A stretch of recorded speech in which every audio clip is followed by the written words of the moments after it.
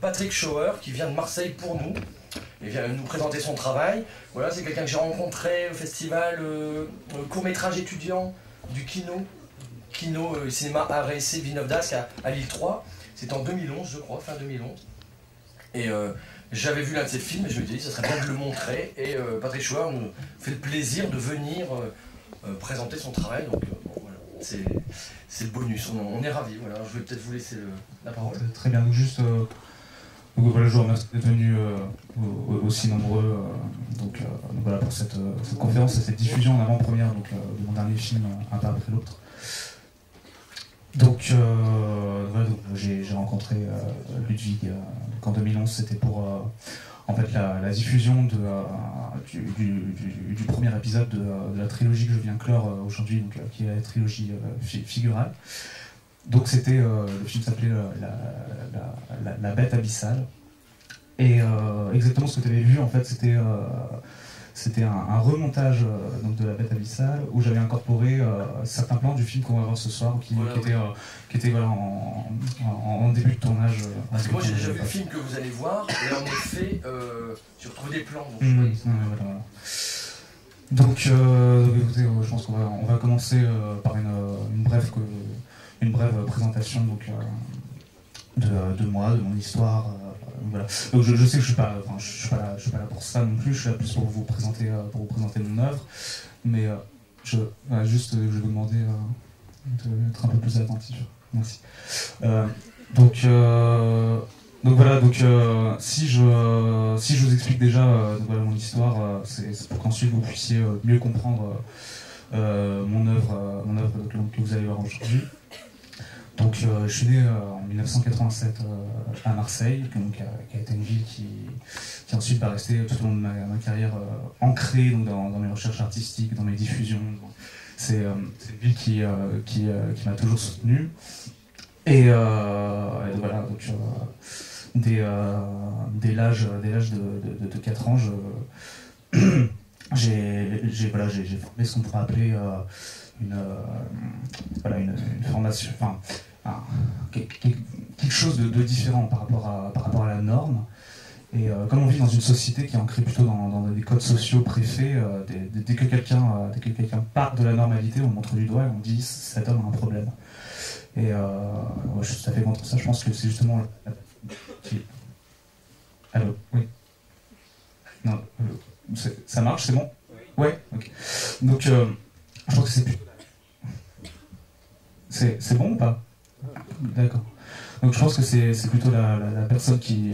non, c'est plutôt la personne qui part de la normalité qui en fait qui va être plus intéressante que les autres. Donc voilà, malheureusement j'ai eu des parents qui étaient ancrés dans ces codes sociaux préfaits et qui ont tout de suite pris ça pour une anormalité et non la normalité, et qui m'ont fait suivre tout de suite voilà, des thérapies multiples. Donc bon, comme voilà, en tant qu'enfant, je ne vais pas non plus être prétentieux, j'étais pas tout de suite conscient de ce qui m'arrivait. À l'enfance, on est très attaché à ses parents et on sait que si ses parents font ce choix, c'est... Je vais prendre un autre micro parce que...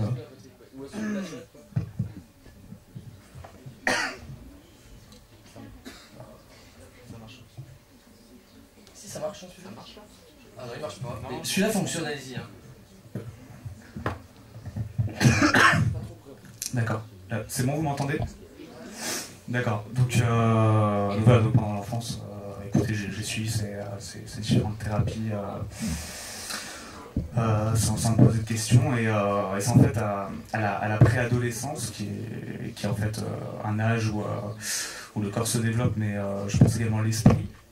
On devient vraiment un individu à part entière, donc c'était vers l'âge de 14 ans que j'ai commencé à comprendre en fait il y avait un problème, et que ce que mes parents avaient fait subir était voilà, quoi, était indigne de moi, et voilà. Donc cette expérience de mon enfance m'a hanté, et ensuite s'est ancrée dans dans toute ma filmographie. Donc on retrouve d'ailleurs le film Abdiquer la démence, donc, qui est un film qui a été tourné en 2009. Donc par contre je ne l'ai pas ici parce que c'est un film que je préfère montrer en festival en fait. Parce que je pense qu'au niveau de la diffusion des œuvres, il y a vraiment des œuvres qui méritent d'être en festival plus que sur l'internet ou voilà, sur un autre support. Excusez-moi. Car voilà, au festival on a un autre regard, on a un regard un peu plus critique et je pense que le spectateur est vraiment impliqué dans l'œuvre qu'il visionne. Voilà, donc ce film Abdiquer la démence, je ne le montrerai pas ce soir pour ces raisons. Donc on va passer un peu l'adolescence. Voilà, moi j'ai pas connu une adolescence comme l'adolescence qu'on montre dans toute la société, c'est-à-dire cette crise un peu d'adolescence, de rébellion, de révolution personnelle. Moi je l'ai plus vécu comme un passage, vraiment un passage à l'âge adulte. C'était vraiment un moment où je pense que je suis vraiment né en tant qu'artiste. Quoi. Et donc ensuite une date clé qui m'a vraiment marqué et qu'on va retrouver voilà, ce soir donc dans le film que vous allez voir et dans toute la trilogie figurale. C'est en 2010. Il semble que c'était au mois de mai, si je dis pas de bêtises. Donc j'étais dans ma salle, dans la maison familiale. Donc ce que j'appelle ma salle, c'est une salle où je crée différentes choses. Donc à savoir que tout à l'heure Ludwig m'a présenté comme un artiste à multiples facettes. Donc pourquoi artiste à multiples facettes? C'est parce que je pense que j'ai vraiment un domaine de prédilection. Donc ce soir je vais surtout vous présenter le travail de vidéaste. Mais je pense effectivement que là je suis un artiste plutôt touche à tout.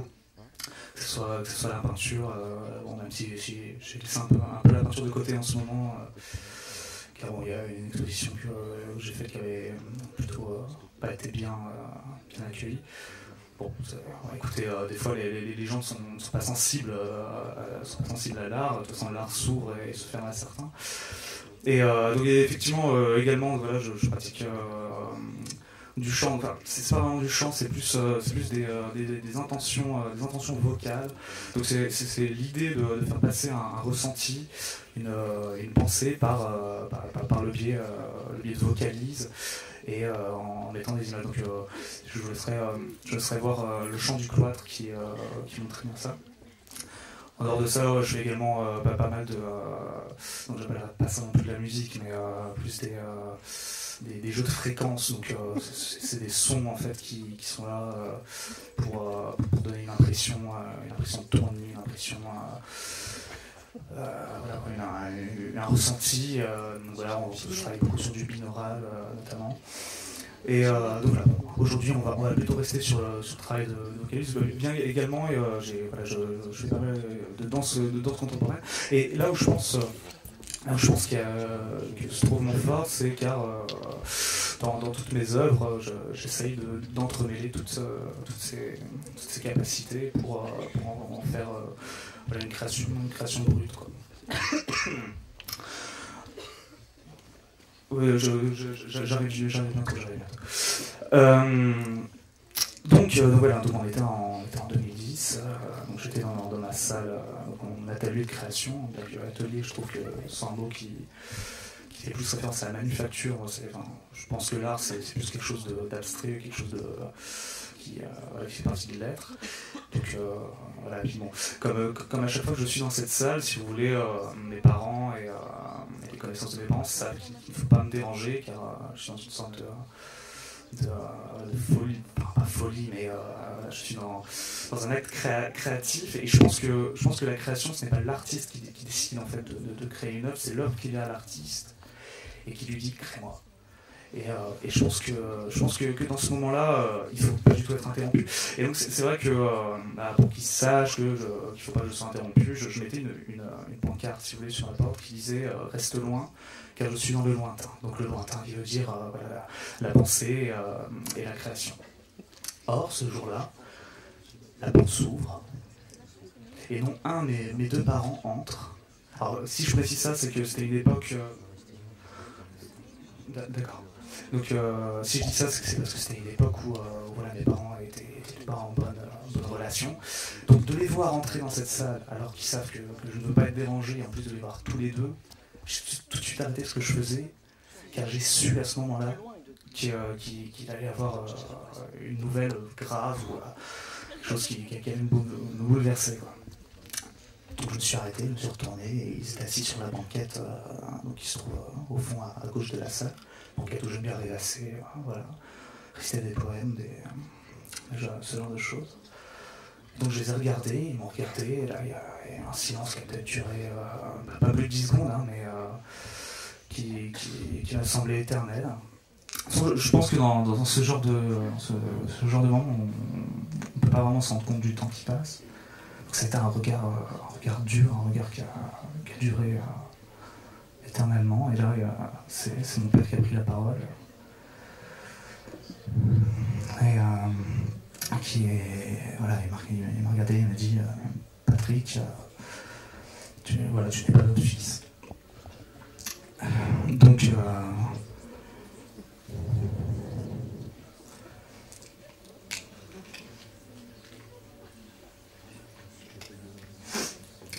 Donc, à ce moment-là, bon, voilà, ça a été un choc pour moi.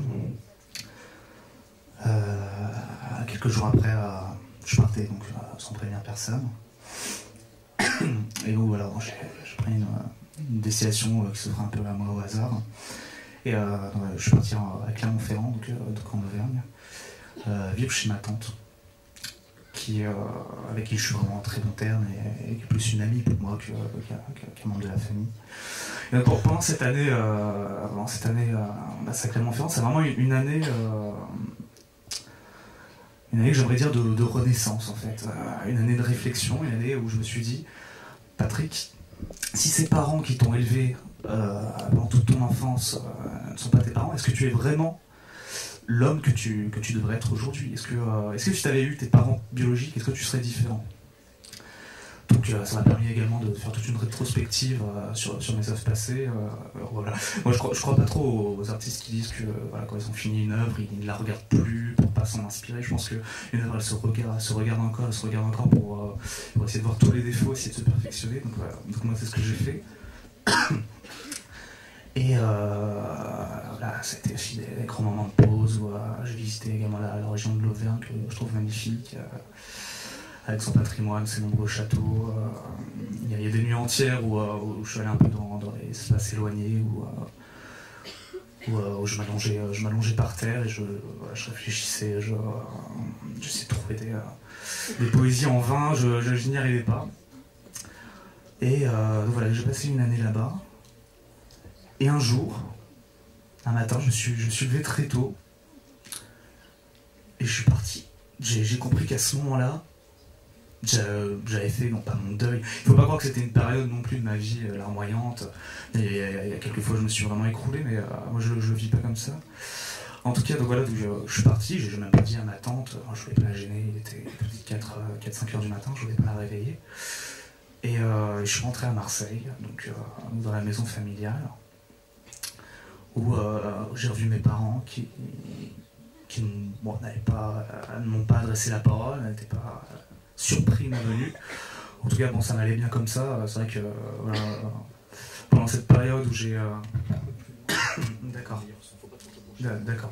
Donc pendant cette période en fait où j'ai revu mes parents, c'était plus comme une colocation quoi, entre nous. Moi je vivais plus dans ma salle et voilà, il vivait dans la maison. Bon voilà. Et pendant toute une année, j'ai écrit tous les jours dans ma salle. Je prenais une feuille de papier, je faisais des croquis, j'écrivais des poésies, des fois c'était de simples gribouillages, mais qui moi me parlaient. Et de cette année de préparation, de cette année d'écriture, de cette année de création, est venue au monde Figural, donc ma trilogie Figural, dont je vais vous présenter le dernier épisode ce soir. Voilà. Voilà, donc je pense que je vais vous montrer le film et on en reparlera ensuite après, voilà, plus en détail. Merci.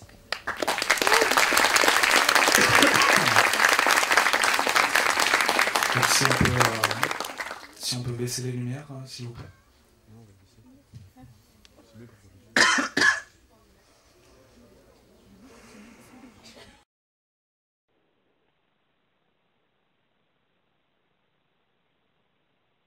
La dernière fois que j'ai eu le temps, en fait, j'ai vraiment lâché la publicité.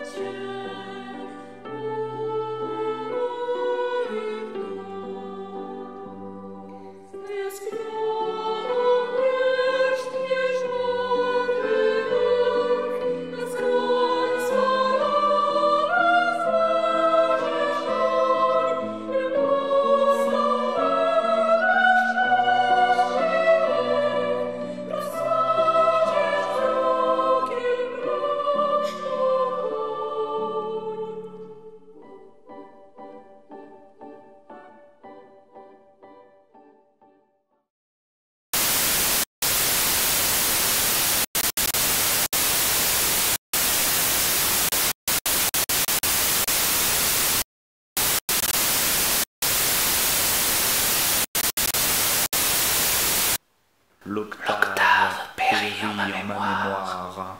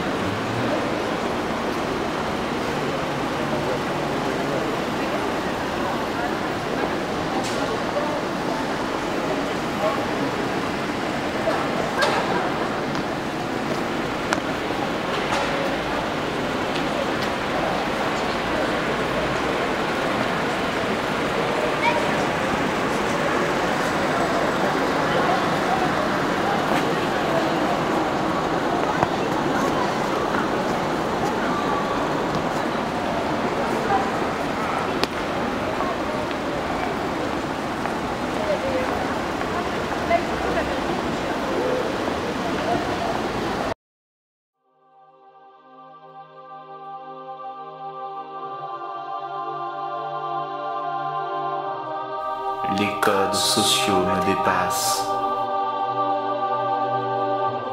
Je m'efforce d'approcher l'humain,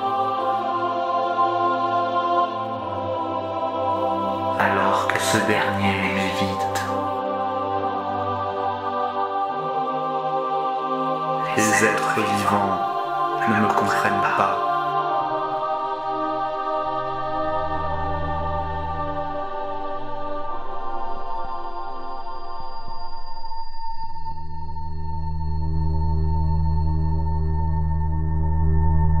La solution au déficit de ma vision terrestre est de la mort.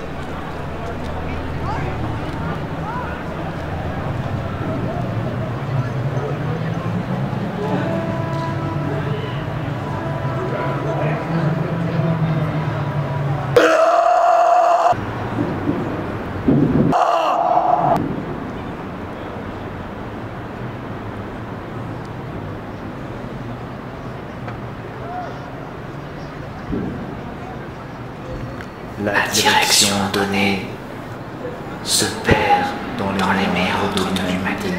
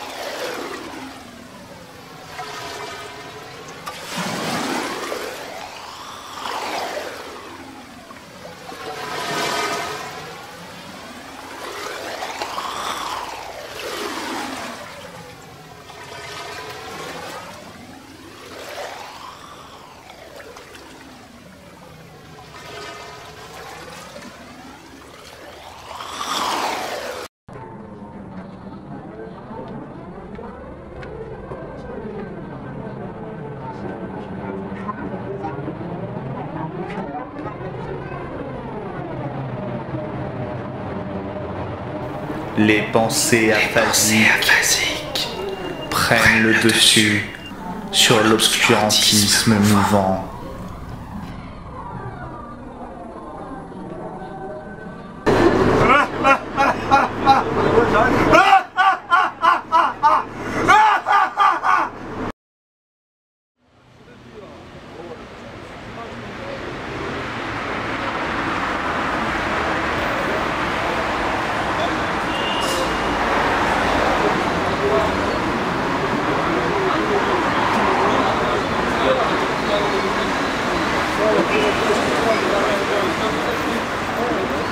Quand l'œuf du malheur éclot, un chemin s'ouvre.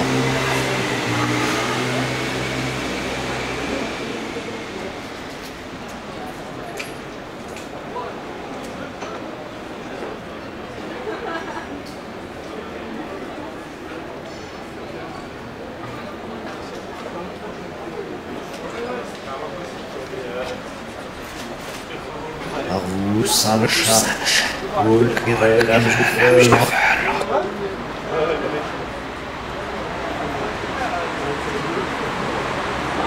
sais pas. Mais il avait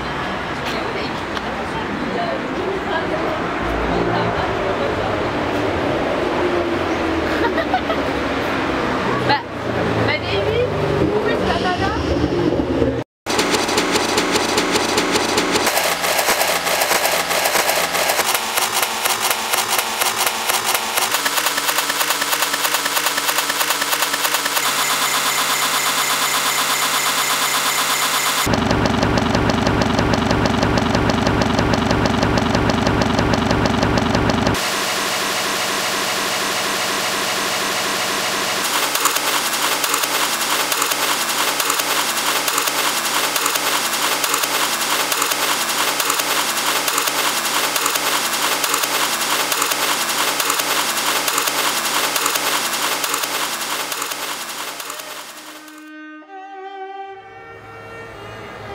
L'esprit mortuaire d'un grenier spiral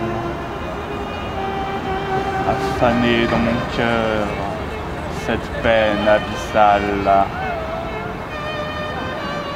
Quand j'étais enfant, un esprit m'est apparu.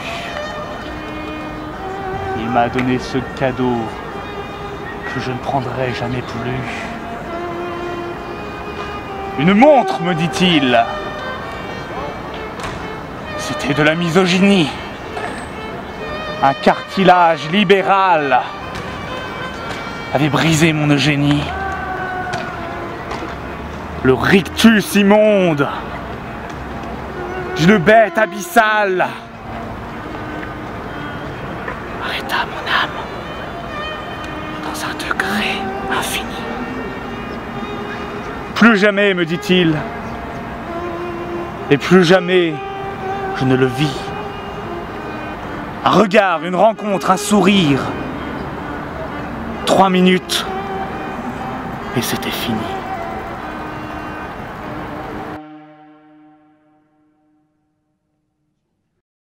La sensation impromptue laisse un vide en mon cloître.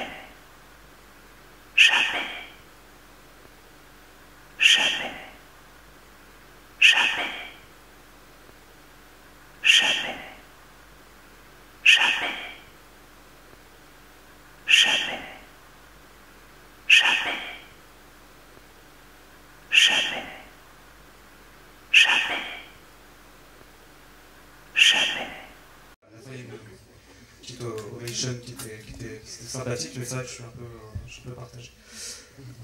Bon, on va en reparler. Juste avant de reprendre, donc là, maintenant j'aimerais en fait faire une petite analyse. Est-ce qu'il remarche en fait celui-là? Oui. Ok, je prends celui-là, je trouve le son meilleur. Et on peut peut-être demander si le public a des questions avant? Non, je préfère faire ça à la fin en fait. Ah bon, ok. Voilà. Donc, voilà. Je voudrais faire une analyse, mais avant. C'est bon? C'est très, très directif en fait, c'est ça? Non, bon. Avant, j'aimerais juste faire un petit interlude. Donc, voilà, j'ai parlé au début du fait que j'étais un artiste aux multiples facettes. Et une de ces facettes, c'est ce que j'aime appeler en fait, la poésie automatique. Donc, c'est simple, je prends un thème. Bon, on reparlera du son aussi pendant la diffusion. C'est vrai qu'il y a eu des sautes de son, ça m'a un peu déçu. Bon, on verra ça après. Donc, voilà, donc la poésie automatique, c'est tout simplement prendre un thème qui me tient à cœur, un thème qui vient à mon esprit, et en faire un poème qui se construit en même temps qu'il est dit.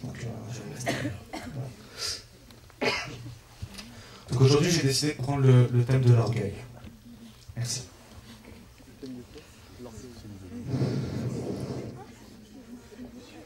Orgueil d'un homme,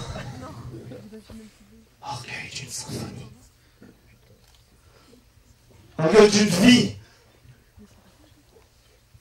orgueil de lui, orgueil d'un poète, d'un vieillard dur. L'orgueil est la pire des tortures. Orgueil au théâtre, orgueil sur scène. Orgueil d'une modestie, orgueil de la haine. L'orgueil est le pire des châtiments. Et l'orgueil se vit, et il vit négligemment. L'orgueil d'un recueil, l'orgueil d'un livre. L'orgueil d'un écueil, et il me rend ivre. L'orgueil est parti, l'orgueil est revenu. L'orgueil, je le connais, mais je ne le vois plus. L'orgueil, la peur, le soupir. L'orgueil, l'envie de mourir.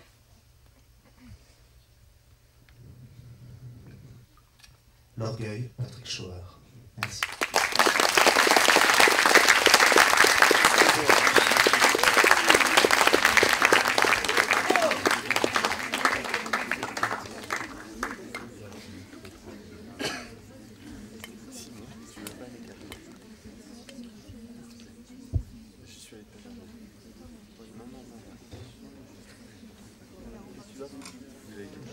Je vais faire l'analyse. Je garde vraiment les questions pour la fin. Je pense que je préfère vraiment présenter là et après on en parlera. Donc, ce que j'appelle analyse, c'est pas non plus une analyse plan par plan, une analyse qui va vous donner toutes les réponses. Je pense que toute œuvre a la réponse de l'artiste, qui certes, pour moi, est quand même une des plus importantes, étant donné que l'artiste connaît son œuvre mieux que quiconque. Mais je pense qu'il y a des réponses que je ne vais pas vous donner. Par exemple, tout ce qui est voix dans l'un pas après l'autre que vous venez de voir, c'est un thème que je ne vais pas aborder, car je pense qu'il est beaucoup plus intéressant que vous revisionnez par la suite le film et que vous fassiez ce travail vous-même, en fait. Essayer de trouver le sens du pourquoi du comment. C'est pour ça que je ne vais pas non plus décortiquer tout le film. J'ai juste, en plus on est dans un établissement scolaire, donc on a, voilà quoi, c'est pas plus 2 il me semble, c'est ça? Ouais. Donc voilà, donc j'ai pas envie d'aller non plus trop loin. Non, c'est pas du tout péjoratif, c'est juste, non, je vais vous apporter une réponse. Mais voilà, je ne veux pas non plus que vous vous sentez mis à l'écart ou quoi que ce soit. Il y a des périodes, de connaissance, il y a des périodes d'intellect. Voilà, c'est tout. Donc, déjà, je vais faire une... Ouais, s'il vous plaît, merci. Je vais faire une petite explication sur le choix de la ville. Je ne sais pas si vous avez reconnu, c'est la ville de Lyon. Non, personne n'a reconnu. Pourquoi avoir choisi la ville de Lyon? Comme vous le savez, je suis marseillais. Je connais bien Clermont-Ferrand. Moi, j'ai choisi la ville de Lyon parce que c'est la ville du cinéma, c'est la ville des Lumières. Et pour moi, pour faire transmettre un message qui est vraiment le message de cette trilogie, c'est vraiment une fenêtre sur le monde qui nous entoure, c'est vraiment regarder l'autre. Et cette fenêtre sur le monde, pour moi, il n'y a rien de mieux que le cinéma, donc ouais, j'ai choisi Lyon. Tout au long du film, on va retrouver en fait un thème qui va toujours revenir, c'est le thème de la dualité. Donc on va commencer. Donc le premier plan du film, qui est celui-là. Alors, on me voit en fait marcher vers une direction, alors que le regard est attiré par la circulation derrière, qui vient dans le sens inverse. En fait, c'est ma façon de montrer que par ma démarche artistique, par mes pensées, par tout ça, je pense que je vais vraiment à contre-courant de ce que j'appelle la masse, c'est-à-dire les codes sociaux bien ancrés dans nos sociétés, que ce soit des codes sociaux familiaux, que ce soit des codes sociaux professionnels, etc. Pour moi, je vais à contresens. Mais ça veut dire que je vais dans le mauvais sens. Je pense plutôt que c'est moi qui prends la bonne direction. Donc ce plan, entre autres, c'est toute la séquence du bus. En fait, pour moi, l'expression corporelle, c'est-à-dire de prendre la position, de faire bouger son corps, c'est une façon de faire ressortir l'esprit à travers la gestuelle du corps. Le corps ne reste plus inerte, du coup, il fait appel à l'esprit, qui va dire au corps de prendre certaines positions qui vont être beaucoup plus intelligentes et voilà, essayer de renouveler, si vous voulez, les codes corporels que nous avons actuellement. Donc voilà, cette séquence reprend à peu près la même chose, donc voilà, c'est imposer à son corps la force de l'esprit. C'est-à-dire que comme ce que je viens de faire, donc le poème automatique, c'est mon esprit qui me le dicte, et donc cette danse en fait n'est pas préparée, c'est je me laisse aller par mon intellect, je me laisse aller par mon esprit.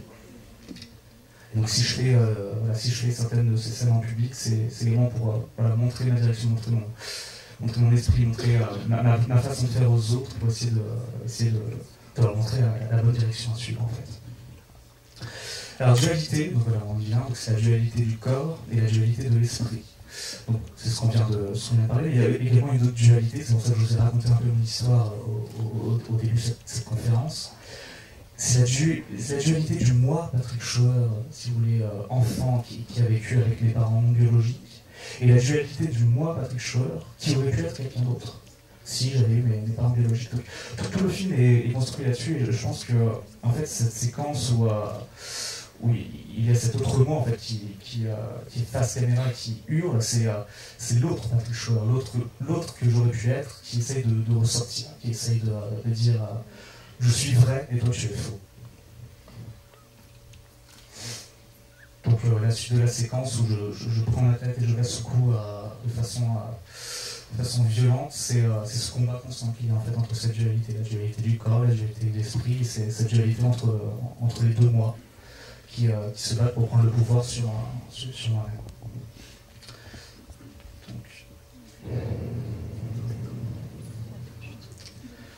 Excusez-moi. Voilà. Donc cette séquence qui est plutôt abstraite en fait, mais qui veut dire marquer l'espace par sa présence. Donc qu'est-ce que je veux dire par là? Ce que je veux dire par là, c'est que tout artiste, je pense, a un but, c'est-à-dire de marquer l'espace terrestre, le monde, par sa création, par son œuvre, pour devenir éternel, en fait. Le jour où il va mourir, son œuvre, elle perdurera.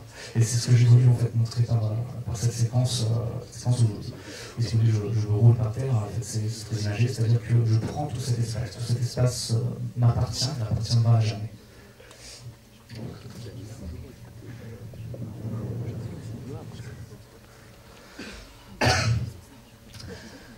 ces plans, voilà, ces plans qui arrivent dans le métro. Donc là, il y a vraiment on reprend un peu l'idée du début, du contresens. En fait, moi, je suis statique, je suis arrêté au premier plan, car en fait, j'ai atteint le maximum des capacités que je peux avoir, et donc je suis à la fin du chemin, si vous voulez. Et à ce moment-là, on voit des gens, si vous voulez, qui vont vers le fond, et donc eux vont toujours à contresens. Donc eux, ils reculent, ils régressent, car ils sont toujours enfermés dans ces codes sociaux, dans l'esprit de la masse. Donc on retrouve encore cette idée de dualité, ici par ce plan, qui est exprimé en fait par les lignes de fuite qui sont créées par des lumières. On a une ligne de fuite par la lumière qui est ici, qui divise ma tête, donc qui représente mon esprit en deux. C'est-à-dire le moi et le moi que j'aurais dû être. Et ensuite, cette session est également faite par le corps, par cette ligne de fuite-là. Et on peut voir qu'il y a une parfaite symétrie. Si j'ai imprimé cette photo et que je la pliais en suivant cet axe-là, je serais superposé de façon parfaite.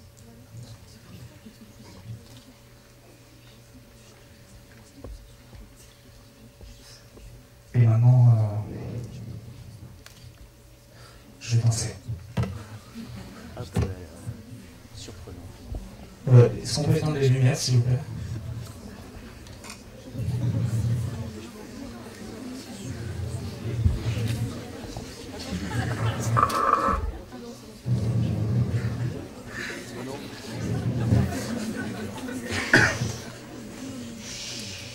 Juste peut-être... Est-ce qu'on peut juste un peu l'atténuer, celle-là, si c'est possible? Pas l'éteindre complètement, mais un tout petit peu l'atténuer, parce que je pense aux caméras, du coup... Si c'est pas possible, on l'éteint, hein, c'est pas grave.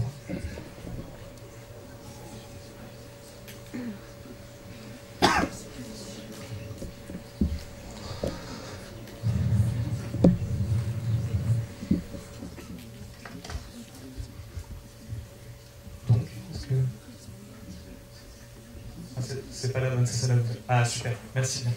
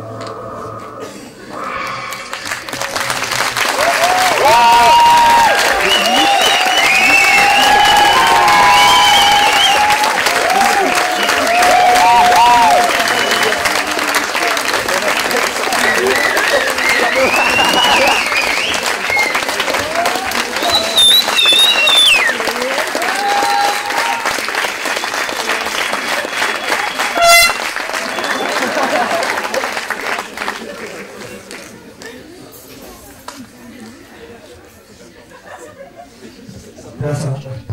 C'est qui les klaxons?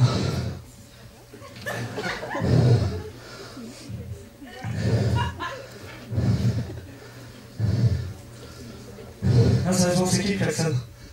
On sait rien, c'est des étudiants, ça. Alors, Patrick, on s'attendait pas à ça, faut dire. C'est une belle performance, mais je m'attendais pas à ça. Je savais pour la poésie, mais là, c'est vrai que... Est-ce que les étudiants peuvent... Je pense qu'il y a plein de questions à vous poser, comme ça, pour vous reposer, ça marche? On peut? J'ai pas fini l'analyse, en fait. J'en ai juste pour 2 minutes. Donc, juste ce que vous venez de voir, c'est l'acte 3 de mon spectacle, un plébiscite horizontal, qui a été fait en fait en 2009, si je me souviens bien, et qui a été ensuite diffusé au Vidéodrome de Marseille. C'est un cinéma d'art et d'essai.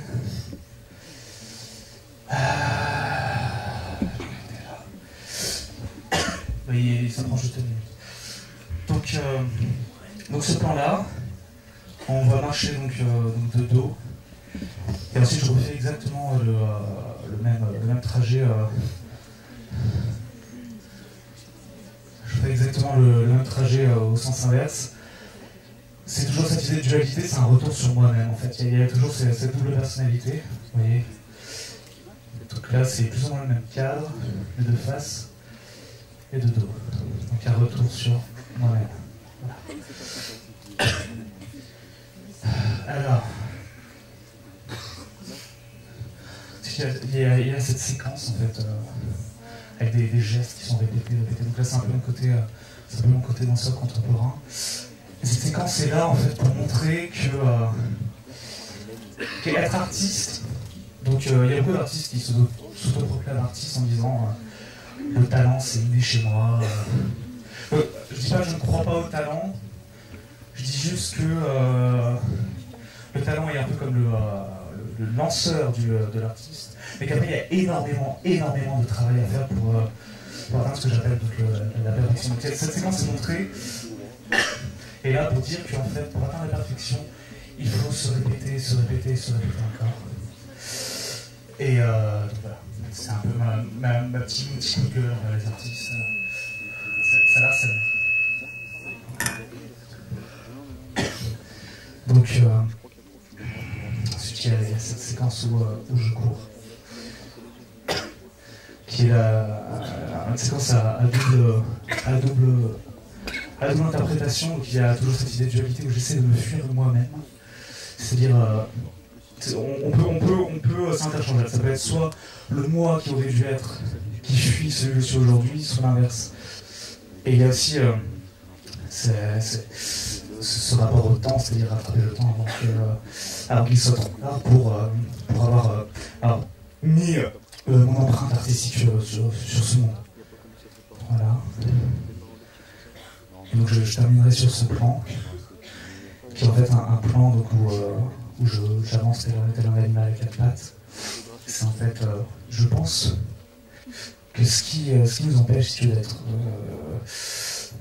vous voulez, d'être en fait supérieur à ce que nous sommes, c'est-à-dire d'être des êtres purement intellectuels, c'est notre corps. Nous avons des besoins corporels, propres aux animaux. C'est ce qui fait que nous sommes ancrés dans la situation dans laquelle on est. C'est pour ça que nous avons tous ces codes sociaux que nous suivons à la lettre. Parce que nous sommes des êtres animalisés. Voilà. Donc je terminerai cette analyse sur ça. Merci. Vous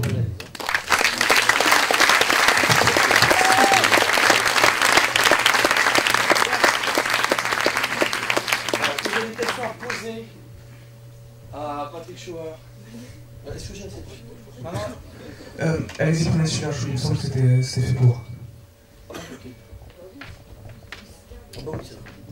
Celui-là fonctionne. J'espère qu'on va cette fille. Il y avait d'abord la mademoiselle, tout au fond. Vous n'avez pas su.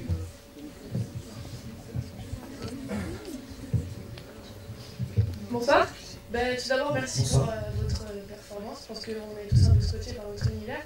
Moi, je voulais savoir parce que vous parlez souvent de votre analyse au niveau du corps et on a vu un peu l'importance de vos cheveux aussi dans le film. Donc, je voulais savoir si ça avait une signification particulière pour vous. Oui, tout à fait.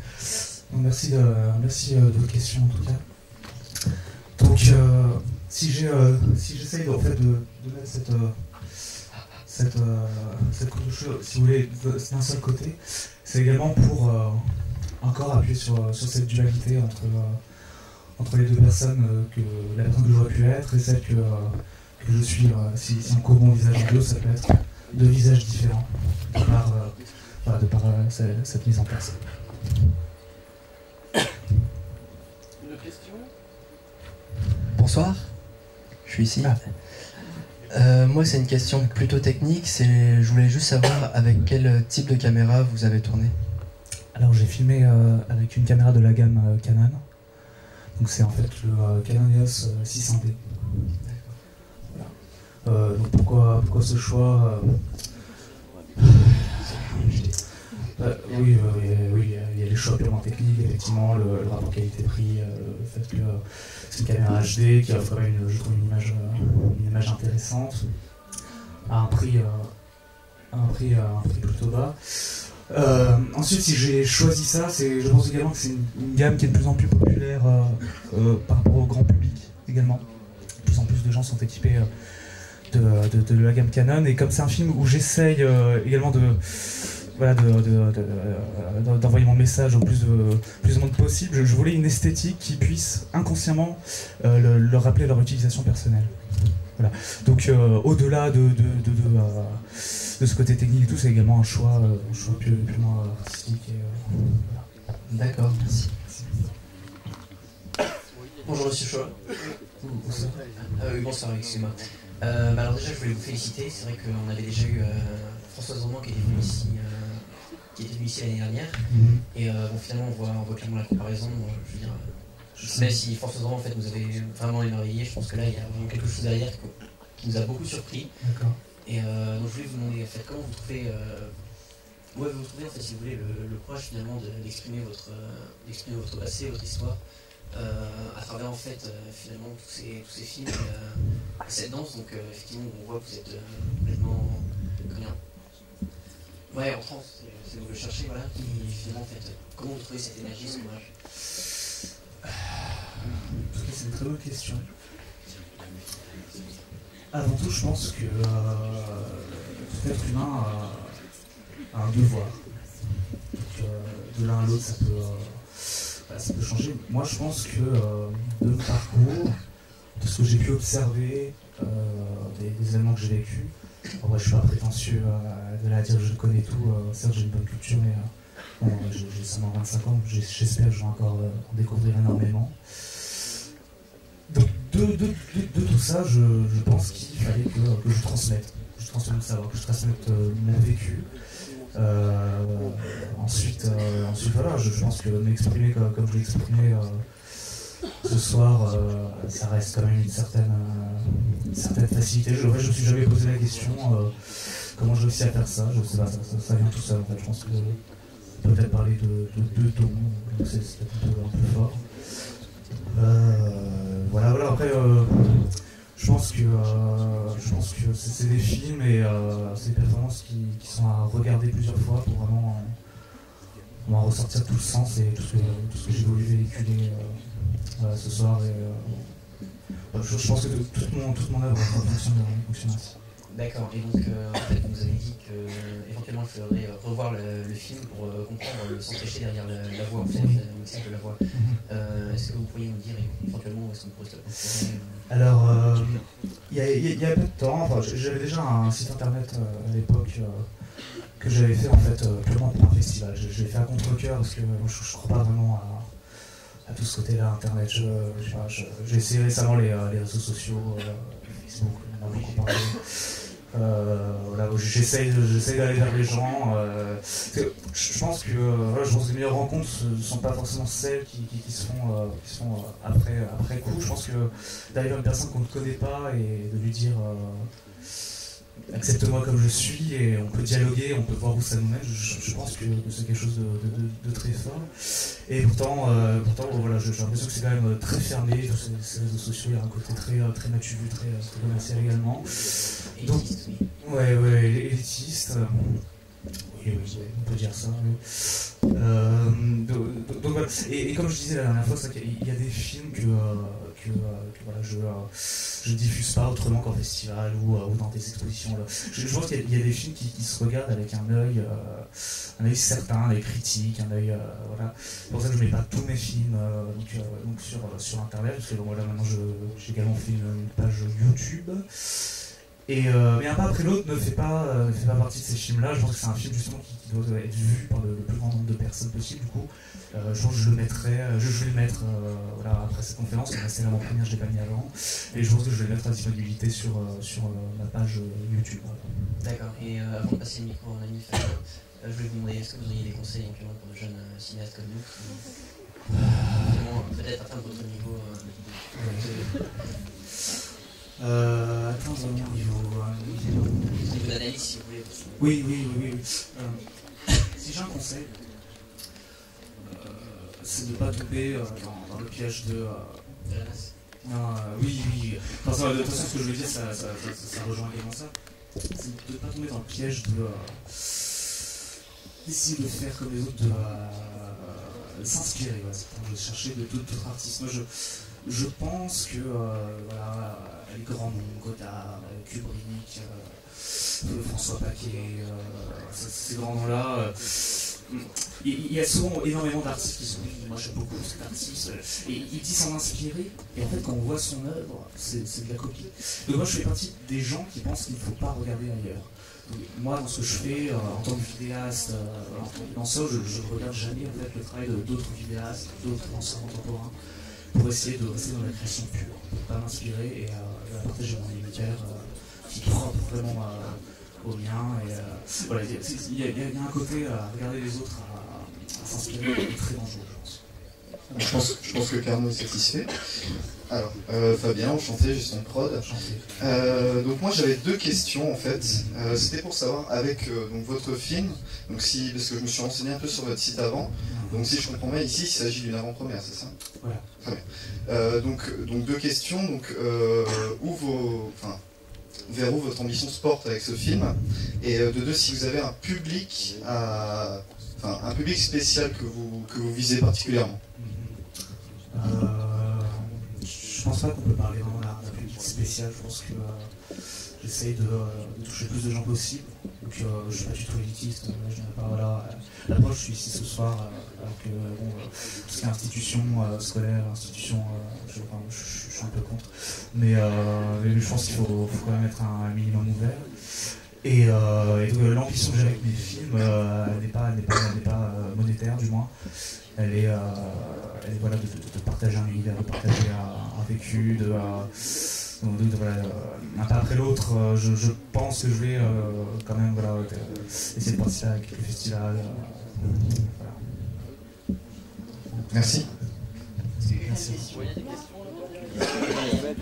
y a Mad tout à l'heure, elle m'avait dit.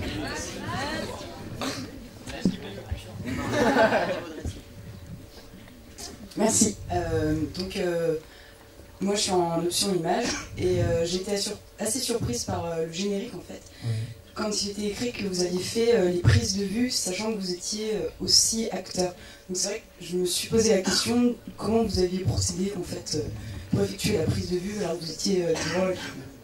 Donc il y a une double réponse à cette question. La première est d'un point de vue technique forcément, et l'autre est également d'un point de vue artistique. Je vais commencer peut-être par le point de vue technique. En fait, c'est un film qui a mis énormément de temps à être préparé. Donc, en fait, effectivement, j'avais un cadreur qui s'appelle John King. Et en fait, nous avons travaillé énormément de temps sur les prises de vue où il jouait ma doublure, en fait. Donc, moi, je le filmais. Et ensuite, lui, visionnait ses vidéos et les refaisait jusqu'à ce que ça soit à l'identique de ce que j'avais pu faire avec lui. Ensuite, d'un point de vue artistique, c'est toujours, c'était un récurrent du double. Et ce que j'ai voulu voilà, montrer par le fait que j'ai filmé ce film, c'est vraiment parce que voilà, c'est moi qui est autour de ça, et il y a cette idée de dédoublement en tant qu'acteur et en tant que réalisateur et pour le coup caméra. Voilà. D'accord, merci.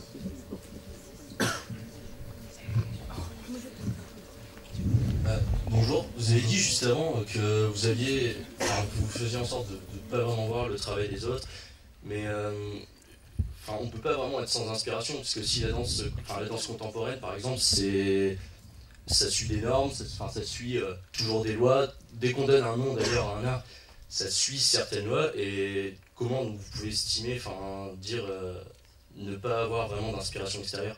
Des gens qui disent qu'ils s'en inspirent, qui font un travail différent, qui finalement est une copie, c'est vrai que ça arrive, mais derrière ça, pour produire un travail qui peut être à la fois hors norme, on doit toujours suivre une indication précise, donc je comprends pas, je comprends pas vraiment ce point de vue.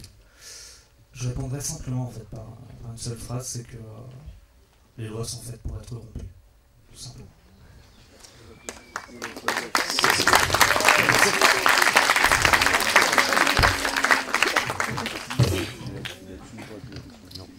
Salut, moi c'est Victor. D'abord, je veux dire un truc en fait, c'est que avant toute chose, il faut que je l'admette, t'es un génie. Là, tu m'as scotché ce soir. J'avais deux questions à te poser en fait. C'est parce qu'en fait, tu vois, moi je suis comme toi, j'aime bien aller à la rencontre des gens, discuter, apprendre des trucs. Tout le monde a quelque chose à apprendre des autres, tu vois. Et ce soir, en fait, je voulais te demander, c'était à travers ce film et ta danse, cette dualité entre tes deux personnalités, c'est quelle personnalité tu penses ou t'aurais voulu avoir si t'as vu tes parents biologiques? Je pense qu'en fait c'est la personnalité actuelle, car ce qu'il faut vraiment comprendre, c'est que après cette découverte, après cette année que j'ai passé à réfléchir, je pense que ma vision des choses a vraiment changé. Et je parlerai pas du tout de fantastique et tout, parce que bon, c'est une chose que je trouve absolument moitié.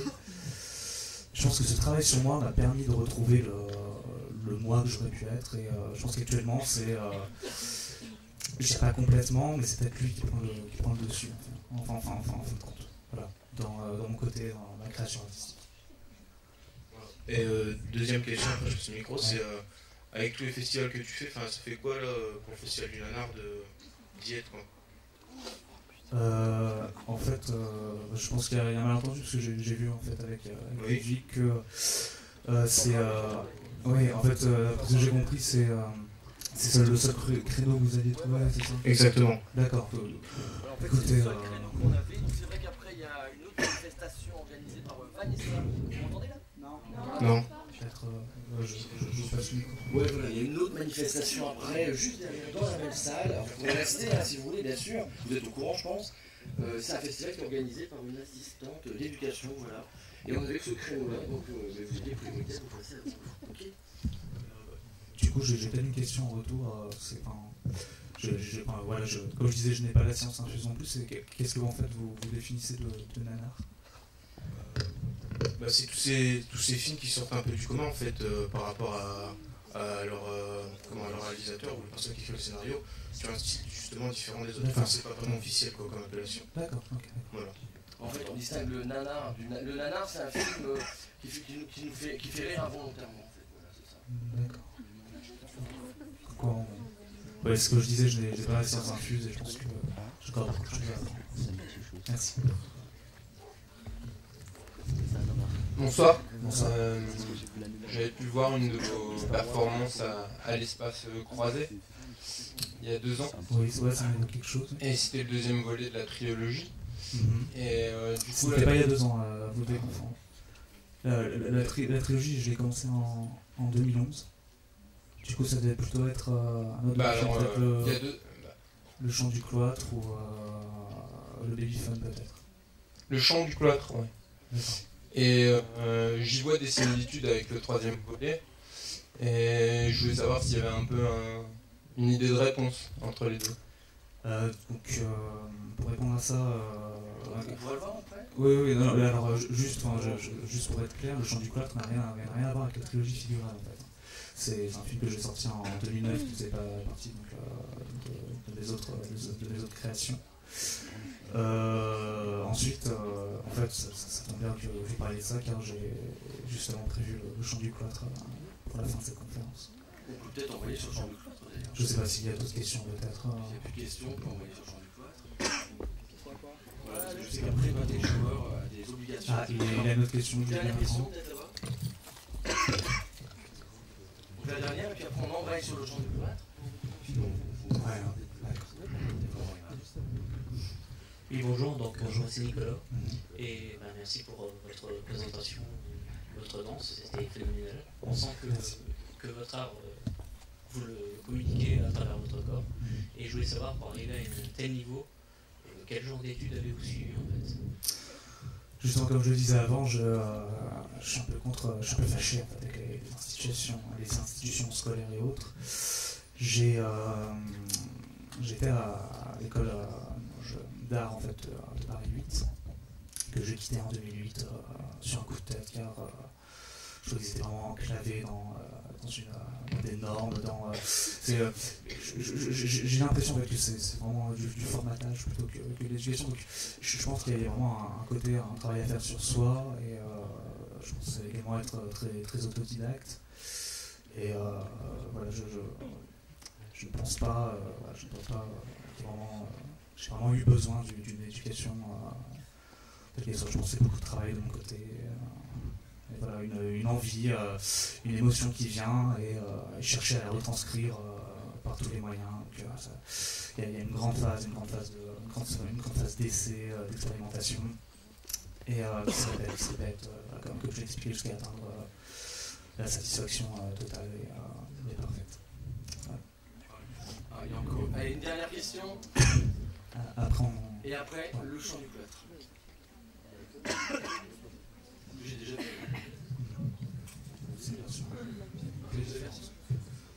Bonsoir. Bon, je ne vais pas répéter tout ce qu'on a dit déjà sur le fait qu'on a tous été scotchés, je pense, pour votre prestation. Je voulais juste savoir, justement, vous êtes un artiste polyfacette, je voulais savoir, je sais que vous multiple, et je voulais savoir, vous aimez beaucoup la poésie, est-ce que vous allez peut-être sortir un recueil de poésie, peut-être une biographie? J'en ai plusieurs de côté, qui sont déjà écrits. Ensuite, je crois pas vraiment aux maisons d'édition, à la publication. Pour moi, c'est quelque chose de très commercial. Donc, si jamais je devais vraiment mettre tous ces recueils sur papier, et j'y pense sérieusement, ce serait plus en libre service, distribuer peut-être justement en fin de conférence, en fin de projection, des recueils. Après, comme je dis, j'essaye toujours de me perfectionner, donc c'est vrai que là j'écris plus ou moins un demi-millier de poèmes. Mais je cherche vraiment à sélectionner les meilleurs, ceux qui me satisfassent le plus. Et, voilà. Donc ce sera pas pour tout de suite. Et comment vous faites en fait pour gagner votre vie finalement? Est-ce que vous arrivez à vivre de votre passion et de votre art finalement? Ça, je vais répondre un peu Je pense que c'est... Enfin là, on commence à être hors sujet. Enfin, je suis pas venu pour ça, donc je préfère pas répondre. Je pense qu'on va pouvoir passer au chant du cloître. Au chant du cloître. Alors, on était à tout, puis voilà. Est-ce que c'est possible de revoir peut-être le micro sans fil, s'il vous plaît? Merci. Éteignez les lumières et puis le chant du cloître.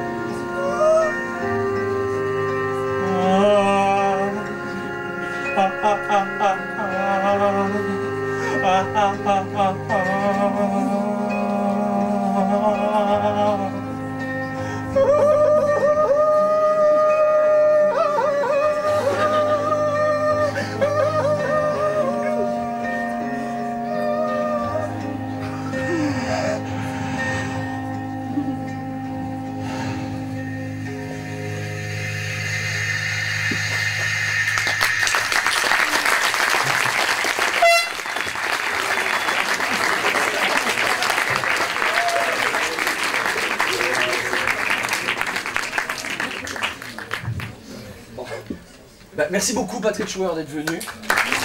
Voilà. Il y avait plein de choses. Voilà, il y avait plein de choses. Voilà.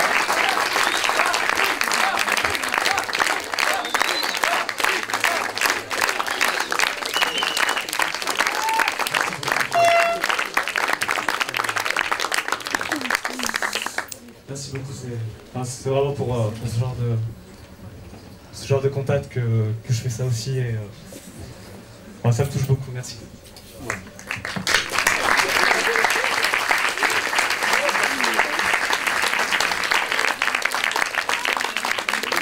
Restez tous, hein, bien sûr, il n'est que 19h20, donc vous savez qu'il y a Vanessa ensuite qui organise autre chose, donc vous pouvez rester bien sûr, on vous invite à rester.